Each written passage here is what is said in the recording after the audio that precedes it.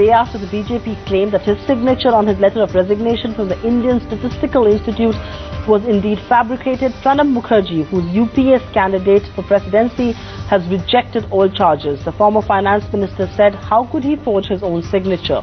Meanwhile, upping the ante over Pranab Mukherjee's nomination as UPA presidential candidate, P.A. Sangma, who's BJP's candidate, demanded a copy of the returning officer's detailed order rejecting his objection to the Congress leader's candidature.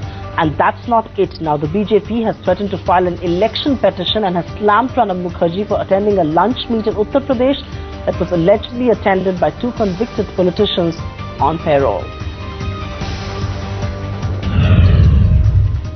Who has forged my signature? I myself.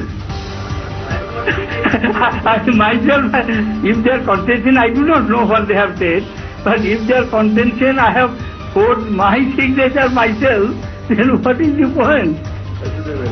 Somebody else forges signature of others. Who can forge his own signature?